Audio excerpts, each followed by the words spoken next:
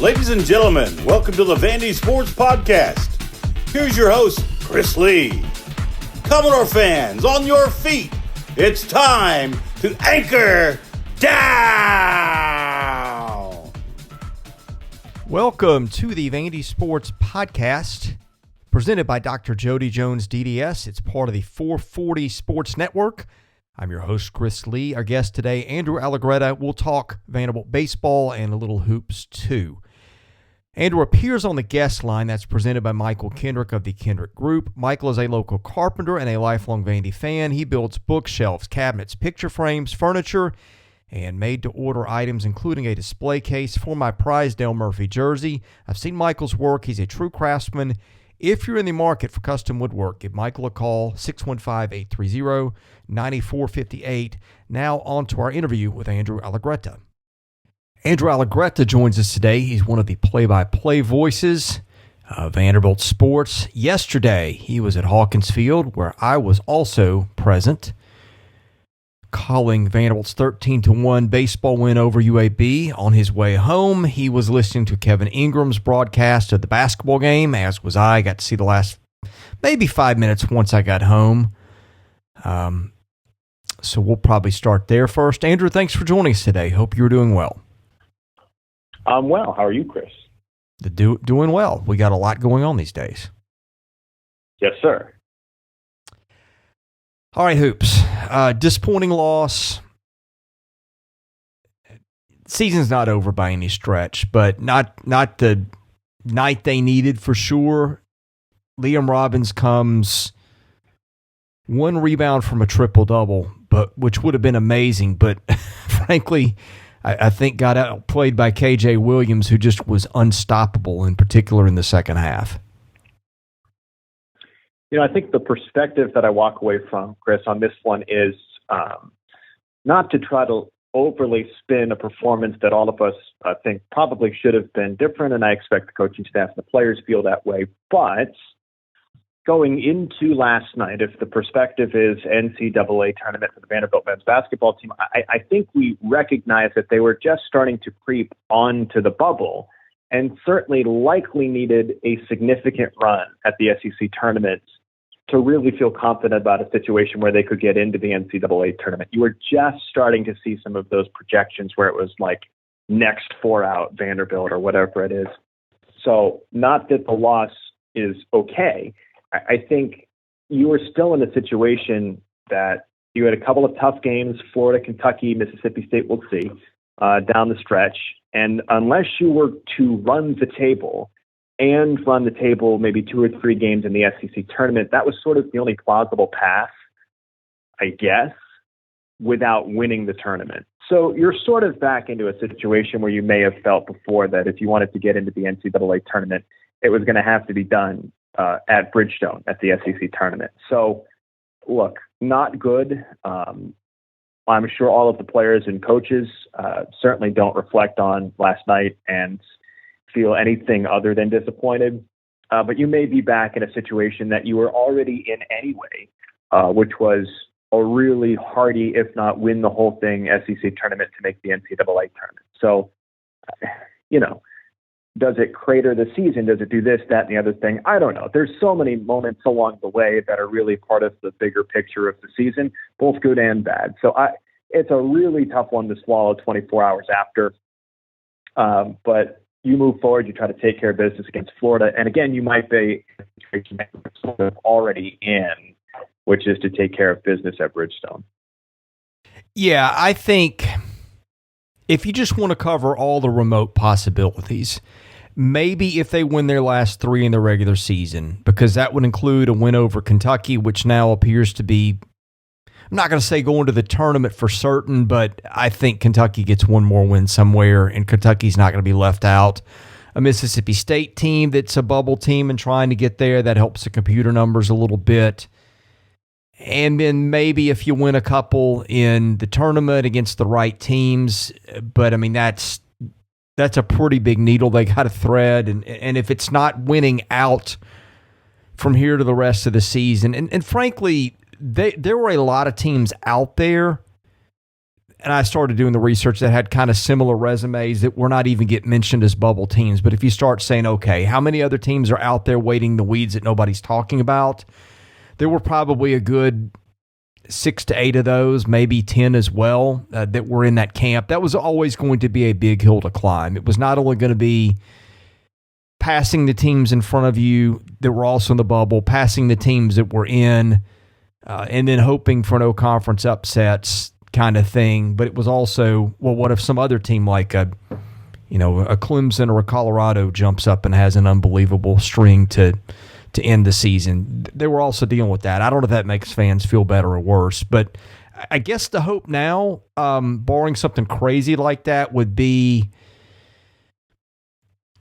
you get a good seed in the tournament, which they could still get, and maybe avoid Alabama, because it seems like anybody else can get beaten on a given night.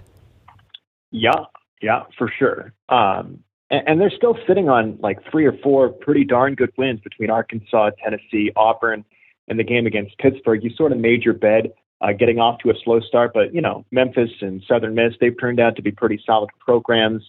Losing at VCU, losing the game against NC State, those are coin flips. But,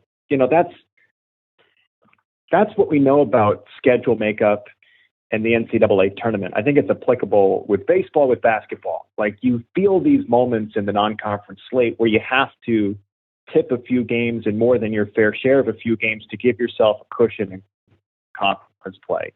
And they just, they tip the Pittsburgh game. They need maybe 2 or 3 others to not put themselves quite up against the wall. And I don't think anybody minimizes non-conference or preseason or how everybody wants to phrase the things. I don't know. But, we'll see. They still have a resume out there that if they can collect a handful of good wins, whether it's Kentucky or whether it's at Bridgestone, that you can start to force your way back into the conversation. But, like anybody that sits on the bubble, man, like you have done some things to force the committee's hand in either direction. That's just, if you live your life near or on the bubble, that's what you have done. How crazy would that have been if Liam Robbins had pulled a triple-double last night and they still lose? I mean, he was 1 block from it. Again, KJ Williams, give that guy credit for what he did, but I don't know. I think that deserves at least a footnote in this one. I mean, to pull off something like that on the heels of the way he's been playing, this 6 or 8 game run or whatever it's been now that he's had, I guess it's 6 or whatever, it's just been unbelievable. Right. You don't want to lose those moments. Nobody wants to talk about the positives, generally speaking, coming out of losses that you really did not like, but you appreciate moments. I mean, 23 points, 11 rebounds, 9 blocks, I think is what I'm looking at here for Liam Robbins in this game against LSU. That's remarkable. I mean, I don't have the context like you, Chris, but he's certainly one of the better post players that this program has seen in some time. I'm not going to say ever. And he's obviously, to use a phrase I just used, he's forcing the conversation for NBA scouts. I mean, I hope it works out for him on the next level. Certainly his thing has been staying healthy and understanding his abilities, right? I feel like that was our whole conversation with Liam, whether it was last year playing through health issues or the first half of this season. It's like, do you understand exactly how dominant you can be if you're on the floor? And it feels like he's understanding that and leaning into what he can be as a basketball player. So, for his own personal sake, I hope it continues to trend this direction because he's got a chance to make an impact at a professional level too. There's been so few triple-doubles in the history of Vanderbilt basketball that I'm pretty sure that would have been the first one that I didn't see in person. How many have there been? There have been 2.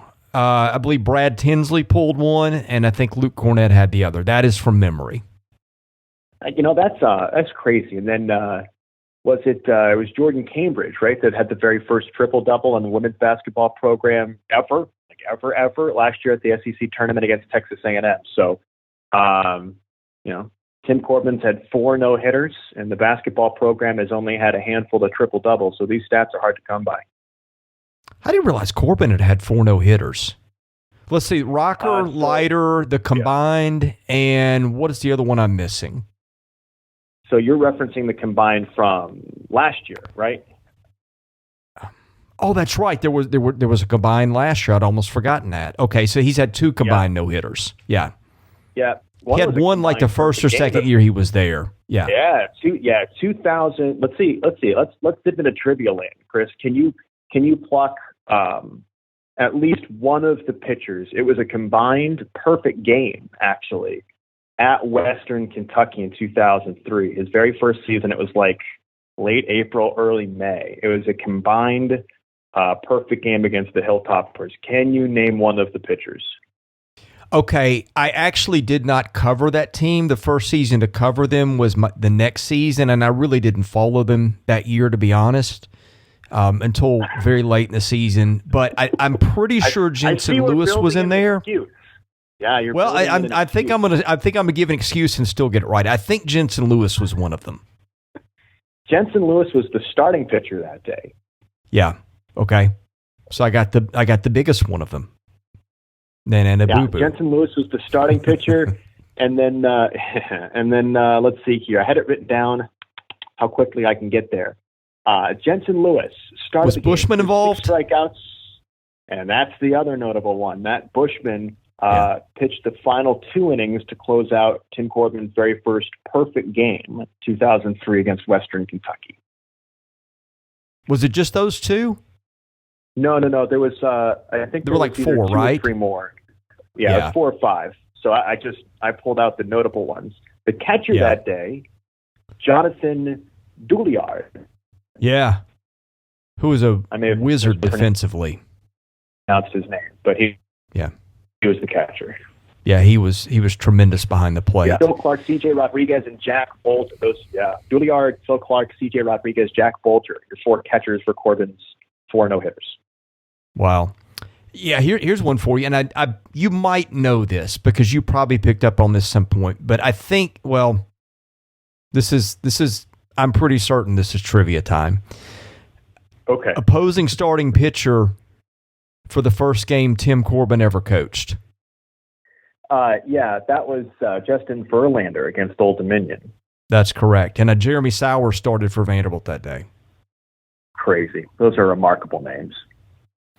I still remember the first game I ever covered. I was in the press box in 2004 for opening day. They played Southern Illinois, and Sowers pitched, and they won. I love baseball nuggets like this, and anyone that listens to the shows either appreciates the fact that I try to drop them from time to time, or gets deeply annoyed that I drop them from time to time. But even yesterday versus UAB, you're talking about Casey Dunn, who is 17 years at Samford, all-time winningest coach. Coach Sonny DeShara, who just blitzed Vandy last year at Auburn. Casey Dunn played at Auburn with Tim Hudson, went to the 1997 College World Series, and Tim Corbin remembers and knows all of those guys because he was coaching at Clemson at the time, right? So it's all wonderfully and beautifully interconnected. Yep. Well, speaking of pitching, Greysen Carter was something. Someone asked me the last time I'd seen a Vanderbilt pitcher hit 100 in a game, and I think it was Casey Weathers. I remember being in Lexington in 2007. It was 38 degrees. They got a close game with Kentucky that I think David Price had started, and I think they brought Weathers in at the end.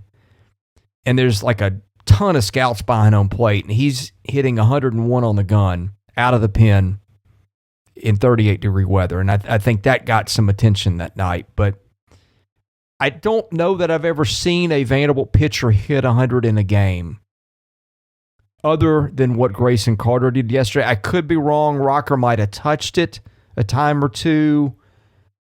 I can't think of who else would have been a guy who would have hit 100 that I can remember. But anyway, the segue to Greysen Carter here is, man, that fastball's something. It is really kind of an outlier pitch. I'll get into some of the notes I had on it in a minute, but I thought his start yesterday, I mean, yes, there are things he needs to work on, secondary pitches and control of that pitch, but needless to say, UAB was not having an easy time trying to square that one up. I'll let you go with your notes on This is life, Chris. When you work at Vanderbilt now, it's like everything and all things is liable for construction at any given moment. So hopefully, I'll close the window here. That's not too loud. I don't know. Hey, that's actually kind of good news, though, isn't it? I live it every day, right? So every time that we come into the office, like you're taking a slightly, not every time, right? That's hyperbolic, but a lot of the times you're taking a slightly different route to your desk because something is blocked off or there's a crane or something like that. So anyway, I'll tee you up for your notes on the fastball. I don't want to steal your thunder on Greysen Carter's fastball. What do you got on that particular pitch? Well, this is preseason notes, and I'm trying to sort of make sense of my own notes. He's got a four-seamer, right? And it sort of plays more like a two-seamer, like a four-seamer. The four-seamers that are really good are the ones that appear to rise, right? Because the spin rate is so high that the ball. In other words, gravity takes place when a ball. Yeah, well, this might be a better way to explain it than whatever it was I was about to attempt. Okay. A four-seamer doesn't actually rise, but it has the appearance of rising, I think, because gravity takes its toll on most pitches, and because of the spin of that pitch, it doesn't take the typical plane that a fastball takes in terms of its sink, and because it stays on a straight line on a plane from where it was released longer, it appears to rise when it's actually not rising. Well, Carter throws a four-seamer, and it doesn't stay on plane that much. It plays more like a two-seamer, and I'm probably butchering some of this, but in my defense a little bit, the person who explained it to me, who's a person that's seen it a lot, I think even had a hard time explaining the pitch. I think because it does not behave like a four-seamer should, especially when thrown that hard, it's kind of an outlier pitch. And I think at first the staff was trying to make it do more four-seam stuff, but I think that at some point there was sort of a realization like, well, wait, everybody thinks because it's a four-seamer it should do that, and so let's just let it do what it does because nobody's hitting anyway. And so they just kind of rode with it, and you saw how good of a pitch it was yesterday. Again, I don't know that those are the exact words. I struggled to even take notes of what was said, but the person who was telling it to me was struggling to explain it. It's just such an outlier pitch that nobody's got anything on the staff quite like it. And, of course, some of that's throwing 100, and I've been told he's hit 102 at times with it too. So I'll kind of attack that in two separate lanes. First off, like you're talking about with fastballs, four-seamers staying on plane, that's pitch efficiency. Certain pitches you want really high pitch efficiency, which would be like 98%, 99%. Like a fastball, four-seamer, you want high pitch efficiency because, like you said, it stays on plane, and it makes it more difficult for the hitter to gauge where it's going to finish, right? That's why the elevated fastball is such an attractive pitch if you can do it properly. It's almost impossible to catch. An elevated fastball, top of the zone, if you place it well, especially if it's got good pitch efficiency, it's going to be a nightmare. Some pitches you want really low or less than pitch efficiency, which means it stays off the projected plane, right? You're talking about your breaking balls and stuff like that. So that's part number one there. What I know about Greysen's fastball, and I'll take your word that it's a four-seamer versus a two or whatever, is it almost behaves, as I was hearing it, for as simplistic as you can put it, like a sinker. What it does is it cuts down. It's downward motion as he throws it. By the way, at 99, at 100. So Coach Corbin said yesterday in our pregame conversation that he hits the bottom of barrels, meaning that his fastball becomes a ground ball pitch, which is really difficult. So he's an advantageous pitcher who can throw 98, 99 with downward cut, a little bit like a sinker. I'm not calling it a sinker, but I'm just saying that for lack of a better term. It hits the bottom part of barrels, and now all of a sudden you're getting a lot of ground outs. Now, he's got to control it better. He's got to be consistent with it. He still needs a secondary pitch. His best secondary pitch is his curveball, but that's a distant second. At the moment, it's a upper 70s, low 80s curveball. And it's just, at the moment, it's sort of a get-me-over pitch to throw things off. So he's not a complete pitcher by any stretch. The other thing that Greysen Carter has done, like a lot of these guys, is he has put on some significant weight. That dude looks like a bowling pin out there. I mean, he is a sturdy, strong dude. He has put on weight in the offseason. He's worked really, really hard at his pitching mechanics. They made some small adjustments, which he was telling me at one point in time, and they escaped me at the moment. But he is an elevated pitcher from what he was last year, someone that threw, I think, 5 1/3, pitched sporadically, again, flashed that velocity, but never really had it contained. He's going to be a factor this season. Is he a weekend factor? I don't know. Is he a consistent starting factor in the midweek? I don't know. He's got to command and control the thing better because he is both a weapon in the positive and a negative with the velocity of that fastball. But Coach Corbin wanted to, and then hesitate, call him the most improved pitcher on the staff, which says a lot because there's a lot of really good pitchers on their staff. And if he thinks Greysen Carter is one of the most improved, then you take note of a performance like yesterday. I don't think he threw his curveball once yesterday. I saw it once, maybe twice. I saw it once, maybe twice. You're talking about like a 90 to 95% fastball clip yesterday against UAB. It came in there a couple of times, and I only know he threw it once because I remember being so hard. Oh, a curveball. This season of the Vandy Sports Podcast has been made possible by my friend Dr. Jody Jones, DDS. When it comes to general or cosmetic dentistry services, Jody is the best in Nashville. Just check out his client list. It testifies to that. He sees movie stars, music stars, athletes, coaches, you name it. Jody is the dentist of choice for stars in Nashville, but he sees regular folks like you and I as well. What people love about Jody's office is the ambiance. It's relaxing. It's friendly. Someone described it to me as a tooth spa. Whether your needs are general or cosmetic, go see Jody today. Call him 615-270-2322. See him at 55 Music Square East, not far from downtown or the Vanderbilt campus. Jody is a former Vanderbilt football player and a huge Commodore booster, so go and talk Vandy sports with him while you're there. Go see Jody Jones today. Thank him for his support of this podcast because without it, this season would not be possible. I've got Vila. Okay, wait. He did throw the second pitch of the second inning was 87. It was a ball, whatever that was. The scouting report I had on him was that he had a fastball that was 95-99. It had hit 102, a changeup that was 85-87. And a curve that sat around 75-79. So he was throwing a couple pitches around 90 or 91 yesterday. And I don't know if that was, okay, he did have one that came in at 79. I would presume that was the curve.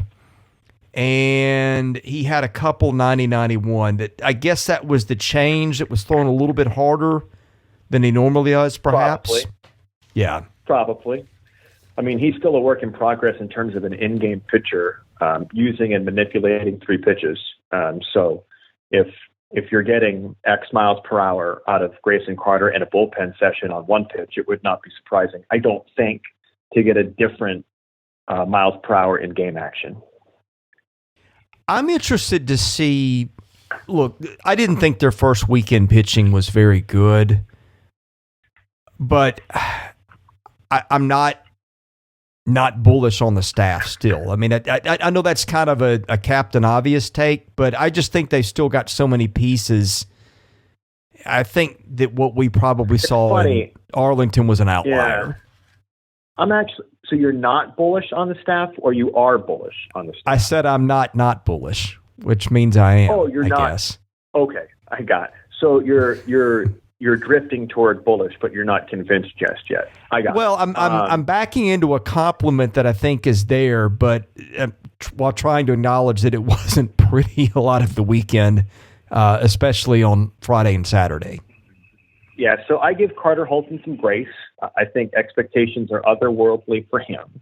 And then, two, he didn't pitch a ton, right? So he pitched in the Netherlands, part of the collegiate national team, and then took a lot of time off to rest his arm, which was very, very necessary for Carter. So, I mean, he was pitching some of those scrimmages leading up to the start of the season, and when everybody else had pitched in the fall and pitched in the spring, he was sort of a few steps behind, which is not a negative thing. I'm not saying they should have thrown him and they didn't. I'm saying that his arm needed the rest, right? Like, that's just basic health, strength and conditioning and recovery stuff. So he's going to take a couple of outings, I think, to get the feel and the crispness back. Remember, he was lights out to start last season. He hit a hiccup. He got just pummeled by South Carolina and then went through that stretch of 24 2/3. I believe that's the correct number, scoreless against teams like Texas A&M, Georgia, Arkansas.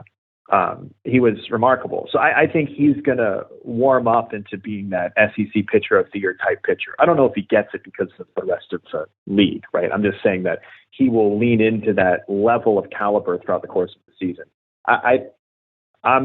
I'm bullish on Hunter Owen. You talk about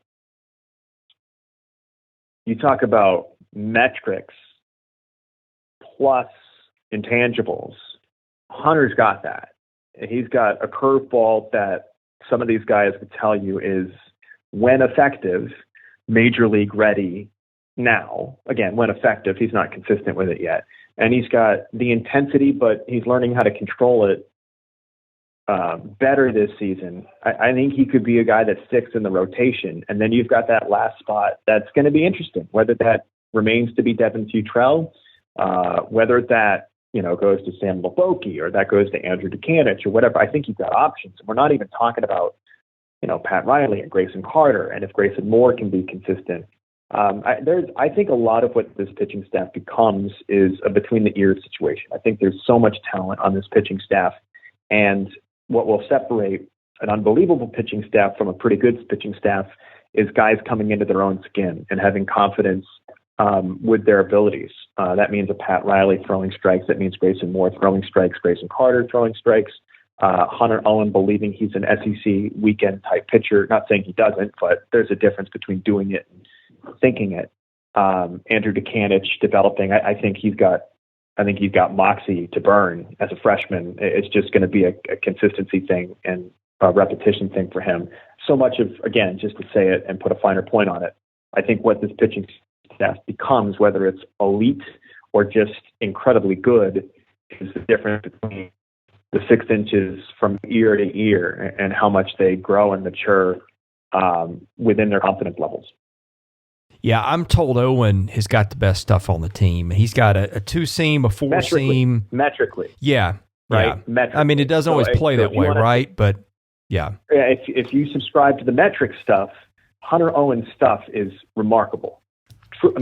Truly remarkable. And I may have noted this story. Of course, Hunter's from where I'm from, and I was going to the beach one day last summer, and I remember driving by this big open field in South Portland, which is where he's from. I'm from maybe like 20 minutes down the road. You have to go through South Portland to get to the beach, typically speaking. And I was like, who the heck is throwing a baseball in a Vanderbilt hat? I go, oh, I bet that's Hunter Owen. And I drove right past, and sure enough, I didn't have a chance to stop, but like, oh yeah, there's Hunter Owen getting his rehab in at a big open field in South Portland last year. So that was a fun moment for me personally. But he's got great stuff.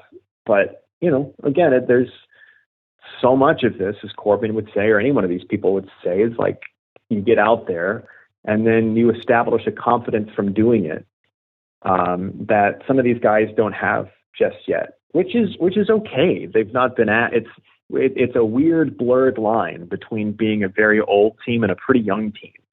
You've got the older guys in Schultz and Maldonado who have done it before. Holton's done it. Devin Futrell has done it. But there's a difference. There's an age thing there that they haven't done it quite as much. And guys like Hunter, while not young, are stepping into roles that they haven't occupied before. So it's stuff-wise, this staff, top to bottom. I mean, I know people might say Tennessee's got the best staff or LSU's got the best staff or whatever. I buy into the fact that Vanderbilt has the best staff. It's an execution thing from some guys growing into spaces that they haven't occupied before.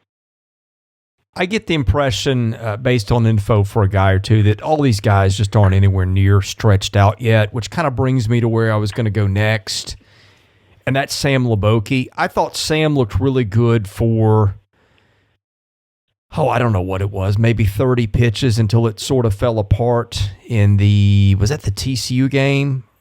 I think it was. Yeah, whatever game where it fell apart. Like it was, the four-seamer was really playing up. He looked like the same guy. He was throwing strikes, and then it just, when it unwound pretty quickly, and maybe that's on the coaches for not getting him out of there. But I thought, to the point that he ran out of gas or whatever the case was, I thought he looked great too. I agree. I was kind of thinking about it, and I'm trying to pull up a box score from last year. There was a lot of connected baseball that they were playing. Sort of that three innings, whatever, pitching staff type of stuff last year. And I suspect we'll see some of that at the start of the season again this year. Nick Maldonado went 4 innings in a game against Oklahoma State to start the season, and they handed it off after that. Let's see, on Sunday, I think Carter Holton went 4 innings against Oklahoma State, and then they handed it off to Christian Little and Hunter Owen. So they tried to play some connected baseball last year, and I think your point is very, very valid, Chris, that it's a matter of getting these guys stretched out, and it's a matter of getting them built up on their pitch count. Most of those guys were sitting about 70 pitches at Globe Life. That was their target number. And in April and May, if they need to go 90 to 100, they will. So they're not there yet. And the other piece and the component of it is some of these guys that you're going to trust and depend to come through for you in conference play and NCAA tournament play, they need to be in the moments to pitch through problems, whether that's Dukanich as a freshman or Leboke coming back from his surgery.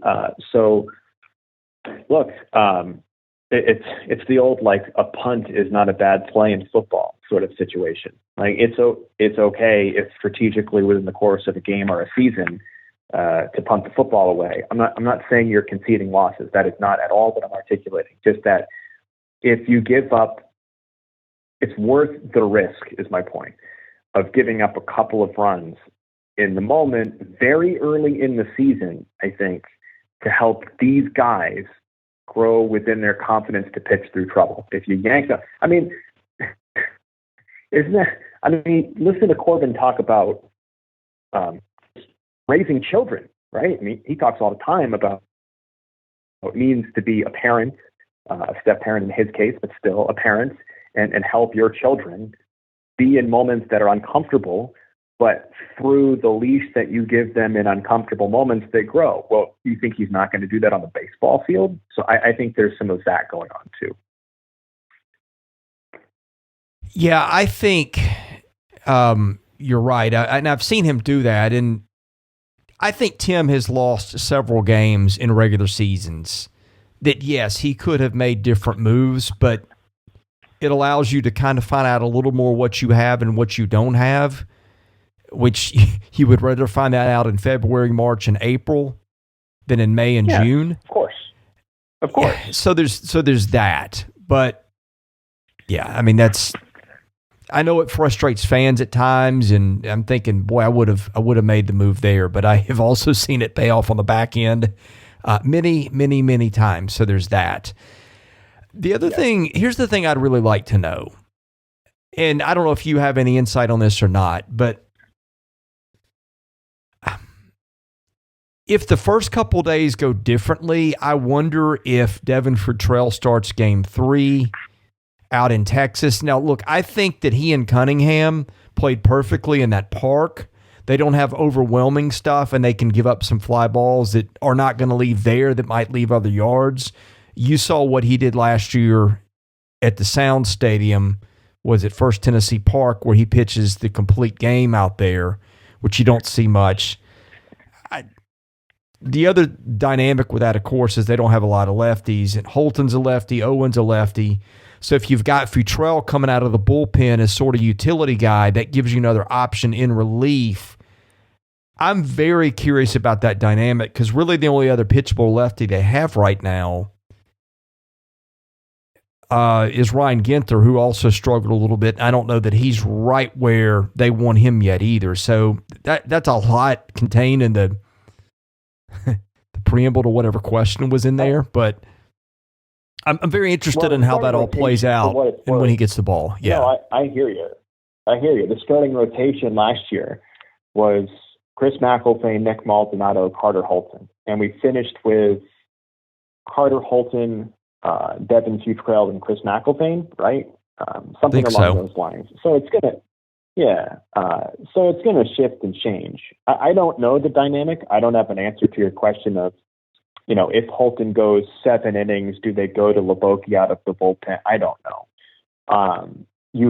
You've absolutely hit the nail on the head in terms of Devin Futrell's stuff. He finds a way to get outs, but he typically does so more often than not by playing the ballpark, which is fine. Like, we get so wrapped up in strikeout numbers. And by the way, Vanderbilt's pitching staff just torpedoed people through the first, 5 games at this point with a bucket load of strikeouts. So it's not like they're lacking strikeouts. You'll have to be careful. I mean, Devin Futrell got popped against, LSU and Tennessee last year, but so did a lot of people. And I don't think Devin, it's funny. Devin's not overwhelming. So it's easy to see why you would be cautious about Devin Futrell. I'm not sure he gets the credit that he deserves for pitching pretty competitively on a Friday night against Arkansas at Baum Walker. I mean, you talk about, you've not been in this situation before. Here's the baseball. Go try to win us a Friday night game against the Razorbacks who are ranked 4th. And then turning around and helping save the season against Oregon State in Corvallis in Game 6 of that regional. If not for Devin Futrell against not an SEC level offense, but they had some pieces with Jacob Melton and a few other guys in that lineup. He pitched well in some games down the stretch, but I do think because of his stuff, like you said, fly ball pitcher, and he's not a high velo guy or whatever. You've got to be mindful of matchups and the number of times through the order and all of that sort of stuff, ballpark situations, and so I have no idea where that goes. I've got no idea if Futrell settles in as the 3rd starter or if he becomes a utility guy or whatever. He's done enough to prove that he's deserving of a chance to compete at a very high level. Okay, 2 issues on offense that are sort of the focus of conversations right now.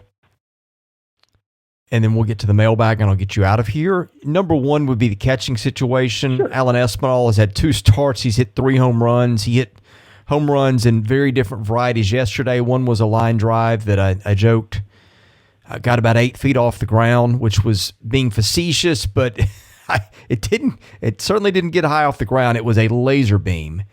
It was, I think, 113 off the bat. The other one was more of a moonshot over the monster. Defense, of course, is his forte. Look, Alan Espinal is not going to win the SEC batting title, but if he catches and hits for some power, I think he's going to find plenty of time. They also like Jack Bolger.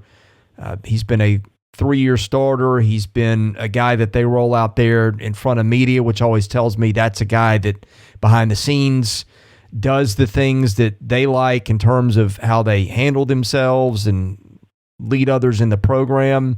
And that kind of guy is always going to get chances for the most part. I'm very interesting to see how the catching situation works out. My guess is you're going to see 2 starts for each during a given week. Of course, the 3rd game being a midweek, but I guess we will wait and see how that goes. So my answer would come off of hunch to start with. The first one being they have historically, does not mean they will continue, pair Jack Bolger with Carter Holton, in part because of Carter's velocity, him being a lefty, relatively quick, which helps Jack in terms of catching base stealers. Doesn't mean they'll keep doing that, but again, historically, that's sort of been how they've helped Jack. Not to say Jack's a bad catcher. His arm strength is not Alan Espinal's arm strength, but he still catches a pretty good game, generally speaking. His offense has to come along, and that's the part where I feel for Jack, because I think if he gets beat, quote unquote, by Alan Espinal throughout the course of the season, I don't know that it's going to be Jack's catching ability that catches up with him. I think people recognize that his arm strength is something that you can test, but he's still a very smart, cerebral catcher, handles the pitching staff very, very well, all of that sort of stuff. He's a good receiver, but he's not been able to find a consistent approach at the plate and consistent results. I mean, he was on an absolute tear last year between, I think, like Auburn and Florida. Had that walk-off against Florida, but he's not been able to be consistent with it, which I hurt for Jack, because I know everybody in the program certainly believes and have long since felt that he's a next-level hitter. He's got that sort of strength. We saw what he can do at times when he gets a hold of baseballs. I mean, exit velos are right there with anybody else, and he hits moonshots. So, you talk about some guys that I think between the ears on the pitching staff have to mature and grow with their confidence and all of that sort of stuff. I don't want to imply that Jack is not a confident person. He's a very, very confident person. I think the coaching staff would tell you that he's so smart that sometimes he gets in his own way. You overthink things and you're a smidge slow or whatever. So getting people with that level of intellect to not think is like against their DNA. So I feel for Jack as he tries to navigate being that guy in the SEC because the skill set is there. He's got to do it. And in terms of they roll him out and talk to the media, yeah, he's that smart. He's that capable of being a Vanderbilt student athlete, both on the field and off the field. He'll do the right thing. He's good with people in the community, all of that sort of stuff. Like, he's a great person.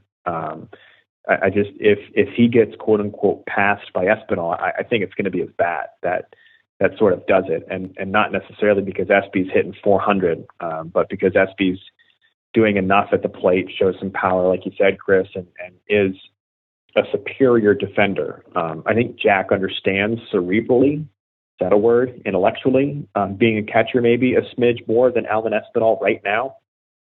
Not to say Alan's not smart. He's, the coaches will tell you he's a self-taught English speaker, right? He's ESL, but he's self-taught on the English side. So he's very smart. But Espy's a better package behind home plate. So we'll see where that goes. And I don't think Corbin's going to be in a rush to make a decision, right? He's going to. The guy that impressed him. We just mentioned the fact that he caught a no-hitter last year.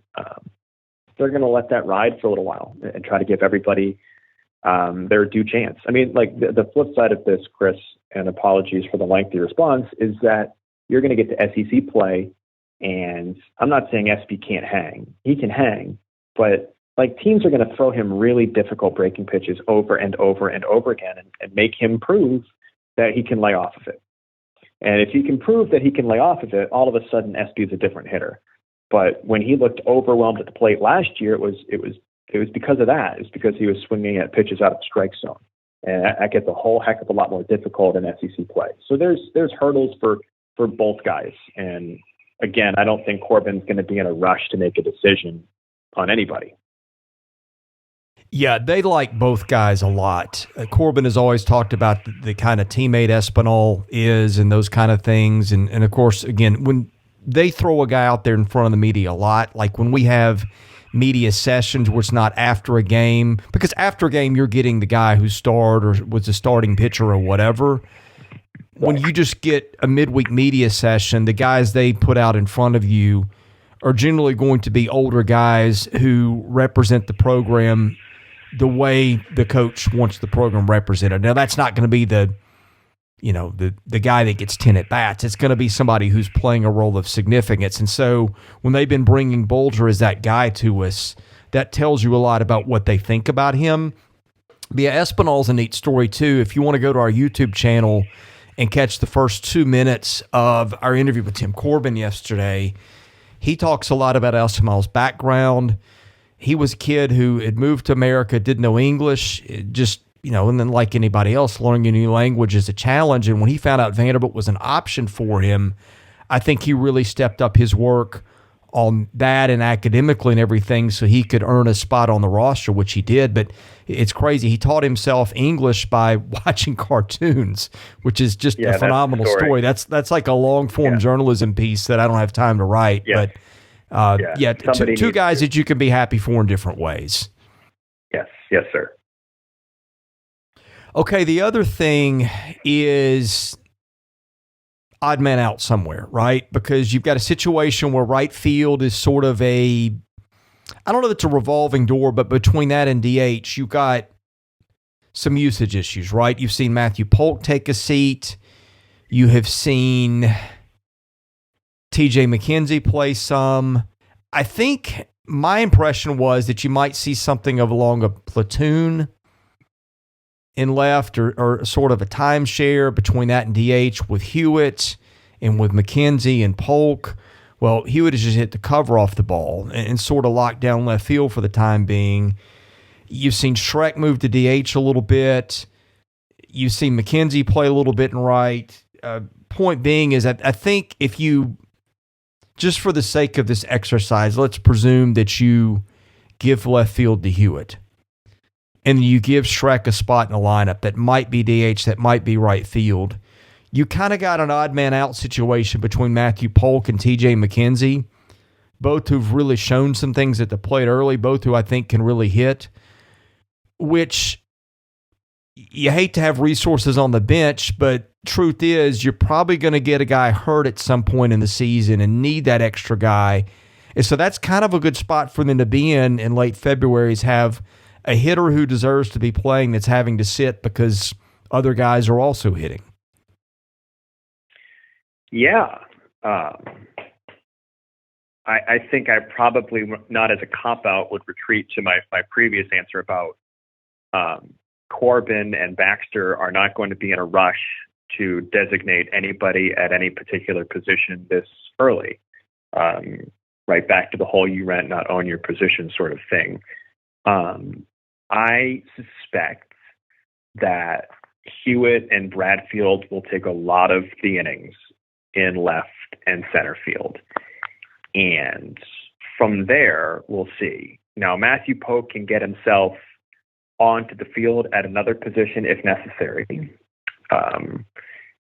And I suspect we'll see some of this eventually. And I don't know when. I don't know when it's going to be thrown into the mix. Like R.J. Austin, for example, goes to first.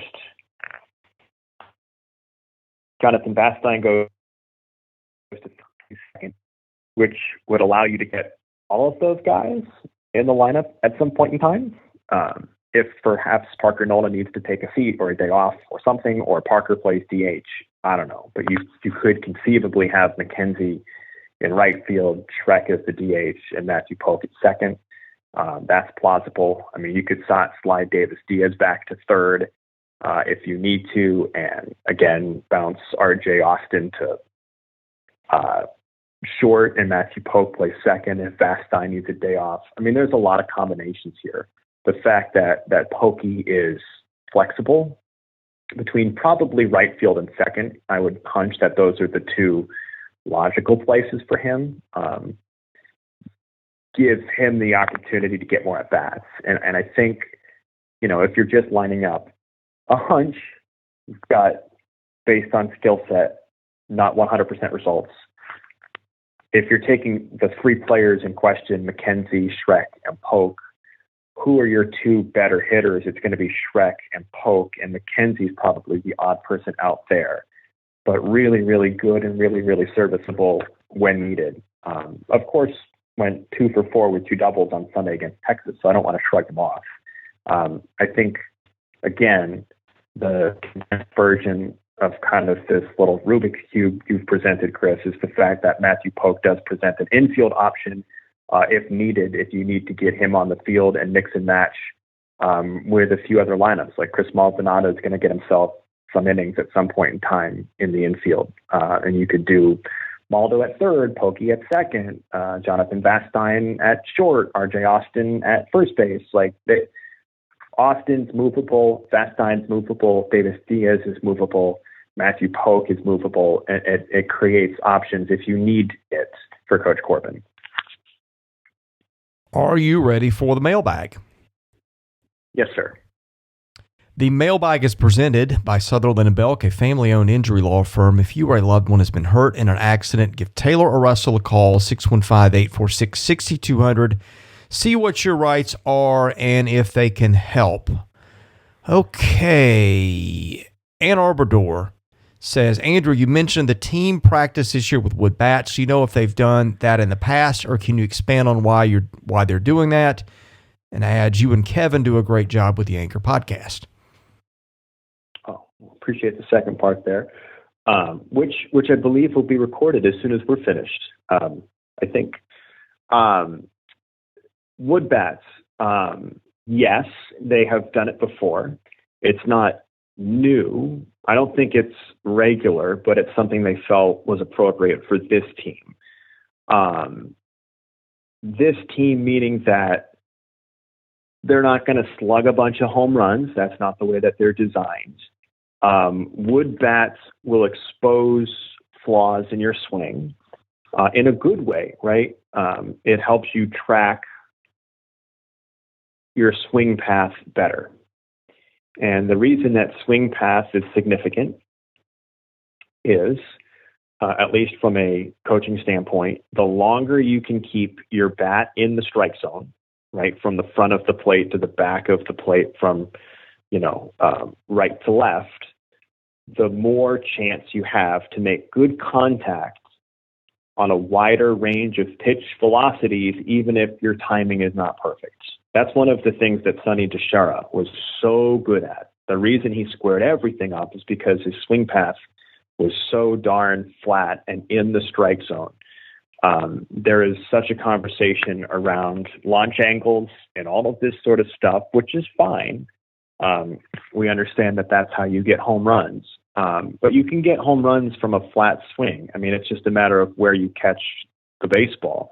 The benefit of a flat swing is that if your timing is just a little bit off, you're still going to square it up and hit it to the opposite field. Or perhaps your timing is not so off on a changeup and you can still pick up a single to left field instead of yanking a pop-up down the left field line as a right-handed hitter. Again, back to the point with wood bats is that practicing with wood bats exposes your swing path more consistently versus metal bats, which will give you the satisfaction of the ping and all of that sort of stuff, but might expose you to some back end issues. It's not consistent. It's just something that, we offense feeling a little bit more like the 2010, 11, 12 seasons, where they could score a bunch of different ways. It was very connected offense, all of that sort of stuff. Tony Kemp, Connor Harrell, all that kind of stuff, versus 2019, which is going to lead the nation in home runs. They want the home runs. They want the 3-run bomb. They got one from Alan Espinal yesterday, right? They got 2, a 3-run shot and a solo shot. 2, yeah. So they want they want those things. But there's a belief that attacking and approaching it this way is going to give you a wider range of success when done consistently. So that's the purpose of the wood bats. Yeah, they also got one from Polk yesterday, and of course one from Vastine the day before.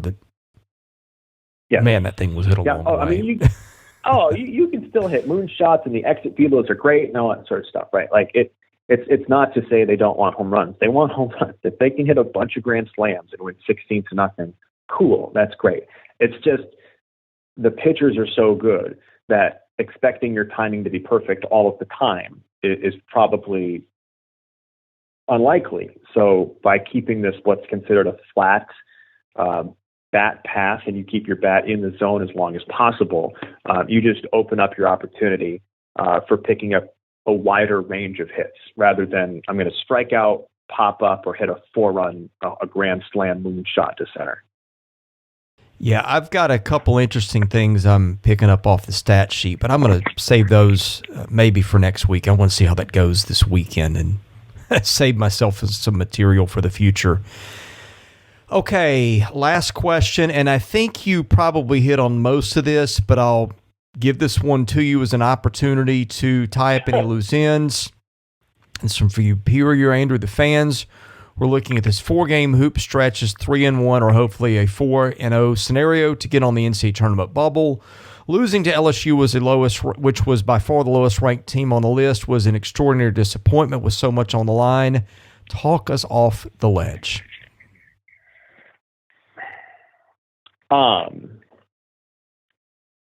Yeah.